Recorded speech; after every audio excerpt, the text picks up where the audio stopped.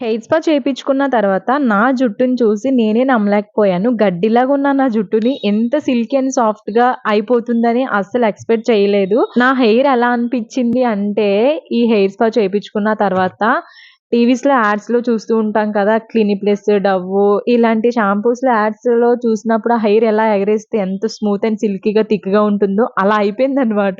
నమ్మలేకపోయాను నా హెయిర్‌ని చూసి నేనే. నేను రీసెంట్‌గా హెయిర్ ఫాల్ అయిపోతుందని చెప్పి ఒక పార్లర్‌కి వెళ్ళినప్పుడు నాకు చాలా హెయిర్ ఫాల్ అవుతుంది.